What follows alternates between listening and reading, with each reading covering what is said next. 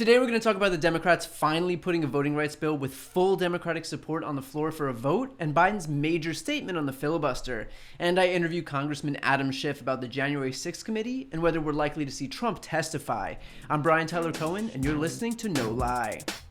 This past week, the Freedom to Vote Act was put on the Senate floor for a vote. It was the first time that a voting rights bill with full universal support from every single Democrat was introduced. And this came after months of negotiations led by Joe Manchin and ended with a bill that was endorsed by everyone from Barack Obama to Stacey Abrams. And it includes desperately needed provisions like allowing for automatic voter registration, at least 15 consecutive days of early in-person voting, same-day voter registration, no-excuse mail voting with free postage, the ability to count all mail-in ballots postmarked by Election Day, and to count all provisional ballots regardless of the precinct that they were cast in. It makes Election Day a federal holiday, restores voting rights to former felons, combats partisan gerrymandering, establishes federal protections to protect election officials from partisan interference, protects election workers from intimidation, requires paper trails for voting machines, and there's more, but those are the main provisions. So needless to say, this is a good bill, and one that very expectedly was blocked by Senate Republicans.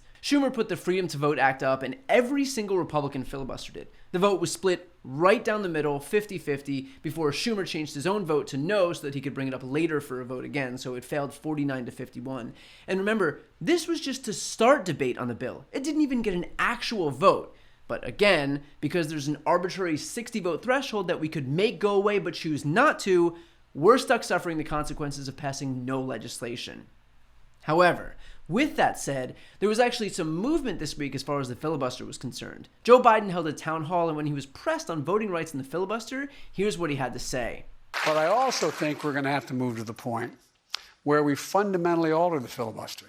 The idea that, for example, my Republican friends say that we're going to default on the national debt because they're going to filibuster that and we need 10 Republicans to support us is the most bizarre thing ever heard. I think you're going to see, if it gets pulled again, I think you're going to see an awful lot of Democrats being ready to say, not me, I'm not doing that again. We're going to end the filibuster. But it still is difficult to end the filibuster beyond that. That's another issue. But are you saying once you get this current agenda passed on spending and social programs that you would be open to fundamentally altering the filibuster or doing away with it? Well, that remains to be seen. Exactly what that means in terms of fundamentally altering it, whether or not we just end the filibuster straight up. There are certain things that are just sacred rights. One's a sacred obligation that we never going to renege on a debt. We're the only nation in the world. We have never, ever reneged on a single debt. But when it comes to voting rights... Voting rights is equally as consequential. When it comes to voting rights, just so I'm clear, though, you would entertain the notion of doing away with the filibuster on that one issue? Is that correct? And maybe more. And maybe other issues. Now, of course, Biden can't reform or eliminate the filibuster himself, but let's not pretend for a second that his voice in this fight wasn't desperately needed. Without Biden supporting filibuster reform, without him using the bully pulpit of the presidency, there was no chance that the other filibuster defenders changed their positions, namely Manchin and Sinema. But to see Biden move on this issue, knowing that he himself is a defender of the filibuster and has held out for an uncomfortably long amount of time, hopefully this will be the kick in the ass that Manchin and Sinema need.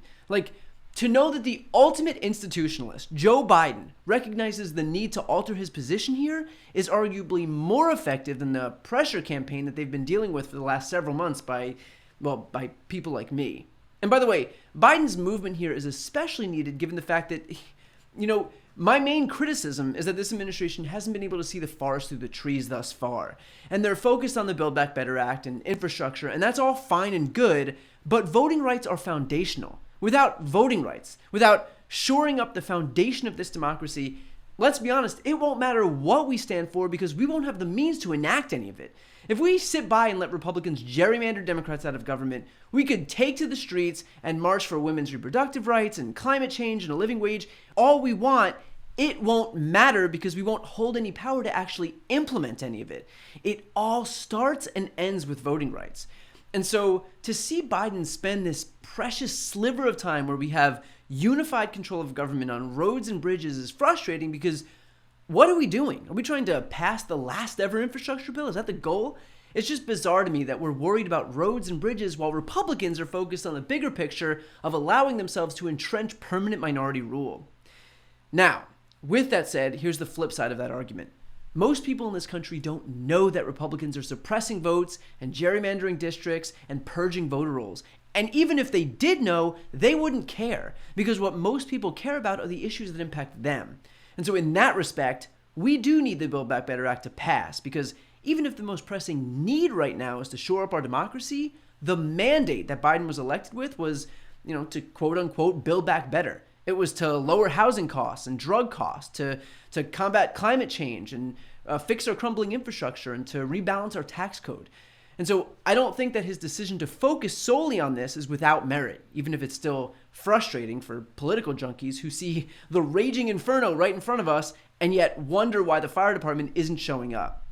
So now, with Biden on board for filibuster reform, all eyes turn to Manchin and Sinema. And I just want to focus for a moment on the principal argument against it as far as they're concerned, which is that eliminating the filibuster could ultimately hurt Democrats when Republicans take the majority. But here's the thing.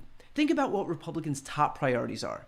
Tax cuts for the rich and confirming conservative judges. The filibuster is already eliminated for both of those. As of 2017, you only need a simple majority to confirm judges, which led to the confirmations of Gorsuch, Kavanaugh, and Barrett. And they passed their 2017 tax cut for the rich with only a simple majority. It's Democrats who are disproportionately hurt by the inability to pass legislation. Republicans benefit from the status quo. They'll be fine if nothing else passes. Republicans benefit from a tax system that overwhelmingly favors the rich, from having zero federal protections for abortion, from allowing red states to suppress voters of color or other traditionally Democratic voters. Doing nothing helps Republicans. And by the way, everyone knows that, but that hasn't stopped people like Sinema from pretending that we shouldn't pass any of our agenda because the threat exists that Republicans could possibly pass bad laws later, at some untold point in the future. And so instead, we're supposed to just sit around with our tails between our legs because we're too scared at the prospect of something bad happening. As if something bad isn't already happening. As if states aren't gerrymandering Democrats out of government right now.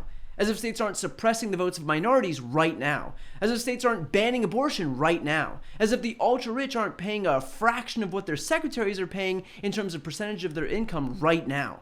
And so we can either fix these things today, or we can cower in fear at the prospect of Republicans abusing their power in the future, while also watching them abuse their power at this very second. So at this point, here's what will happen. We'll pass the Build Back Better Act and the bipartisan infrastructure package and deliver a transformational package to the people that elected Democrats to do exactly that. And then all eyes will turn to voting rights. And it'll be up to Biden and Schumer and anyone else in the Democratic leadership to make sure that this gets done to convince Manchin to reform the filibuster so that the very bill that he himself crafted can actually pass. And that'll be make or break. If Biden makes this happen, he deserves every ounce of credit for it. And Democrats can govern a country where its people have fair representation and where we still have the ability to have a fair shot at being in power. And if he doesn't, then the consequences will become pretty clear. But for now, even though things are moving slowly, they are moving in the right direction.